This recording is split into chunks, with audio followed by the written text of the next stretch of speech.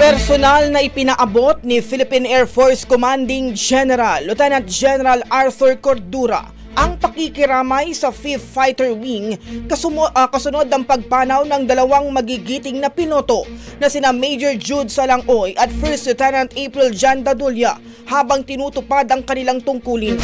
Sa pagbisita ni Cordura sa Fighter Wing family sa Basa Air Base sa Florida Blanca sa Pampanga, inihayag niya rin ang buong suporta sa fighter pilot community at kinilalang kanilang mahalagang papel sa national security. Pinasalamatan din ang mga piloto na naging pangunahing bahagi ng operasyon sa Bukidnon. Hinimok din niya ang lahat ng piloto na panatilihin ang pinakamataas na antas ng kaligtasan, profesionalismo at integridad sa bawat misyon bilang pagbunita sa legasiya ng kanilang yumaong kasamahan.